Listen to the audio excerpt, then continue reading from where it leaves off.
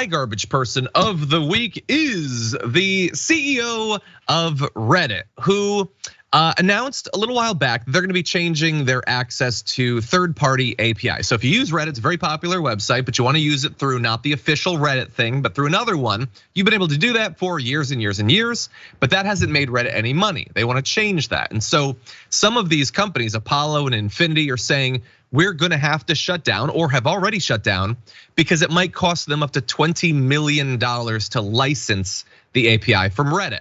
As a result of that, in fear that their ability to access Reddit the way they want is going away, many people on Reddit have decided to do a blackout, kind of boycott the site by demonstrating that if you cut us out, this is how much it's gonna hurt the site. So they did their blackout. Many popular subreddits went dark for multiple days. Some of them are still dark in solidarity. Now, the Reddit CEO had said in advance of this blackout, we're not gonna revert on this policy, we're gonna go forward with it. Then there's the blackout. He says, that doesn't really cost us any money, it'll pass. So he's kind of insulting the people who are doing the activism. He says, there's a lot of noise with this one, among the noisiest we've seen. Please know that our teams are on it, and like all blowups on Reddit, this one will pass as well. So that was prior, that was earlier this week. Those comments were not received well by people on Reddit. Well, he decided to follow that up by now attacking the mods who manage these popular subreddits, many of which are still dark, saying, if you're a politician or a business owner, you're accountable to your constituents. So a politician needs to be elected and a business owner can be fired by his shareholders. And I think on Reddit, the analogy is closer to the landed gentry. The person who get there first get to stay there and pass it down to their descendants, and that is not democratic. He's basically saying that it's up to him to decide whether these protests are legitimate. He says that he needs to make sure that they're actually representative of their communities. So in these very big communities, he gets to look and say, no, that's just a few mods. Nobody actually supports that. Okay.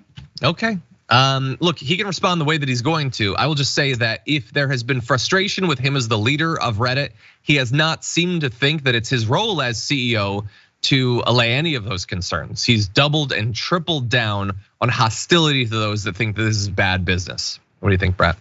I would say this, when Facebook first revealed the feed, there was a huge blowback and I was like, oh my God, Facebook's done. But then they just pressed on essentially and were like, trust me, which you probably should do, but it went away. The difference between the user base of Facebook and the user base of Reddit is if there's anyone user base on a social media platform that's able to fully understand the consequences of having to license their API, it's Reddit. So they're just more tech savvy than other social media platforms. I love Reddit very much. I don't want it to go through this. I want them to follow more of the Craigslist route and just never really try to pursue a giant payout in any way. I just want them to stay nice, stay weird, and allow me to just create my feed as I want it, scroll it, and find the kinds of things that I want. But 100%. Yeah. I actually did not know that you were a Redditor. I don't think I've ever heard you talk about it. We'll talk after the show, definitely. I use it quite a bit. And as many people have pointed out, many people use Reddit that don't even know they use Reddit. And the reason for that is search on the internet increasingly year by year is not searching the internet, it's searching Reddit. That's what it's doing because Reddit is the place where people are asking and answering questions. So that's what places like Google are picking up. If you lose Reddit, you kind of lose search until something replaces it. And this has happened before. There was Dig and stuff like that in the past that died away. So it's not impossible that Reddit could die. I think that Reddit is much bigger than Dig ever was, but this could potentially be the death knell of it, but we'll see. I think you're probably right in the long run. I think he's right that it'll pass, that eventually people will go back to using it, but that doesn't make that awesome. And you like gloating at the people who are the most passionate users of your platform doesn't make you seem awesome either. Anyway, those are our garbage people of the week, but there are 5 community garbage people of the week voted by 49,000 of you. Coming in at number 5 with 7% of the vote, you have Marjorie Green for admitting to copying classified documents.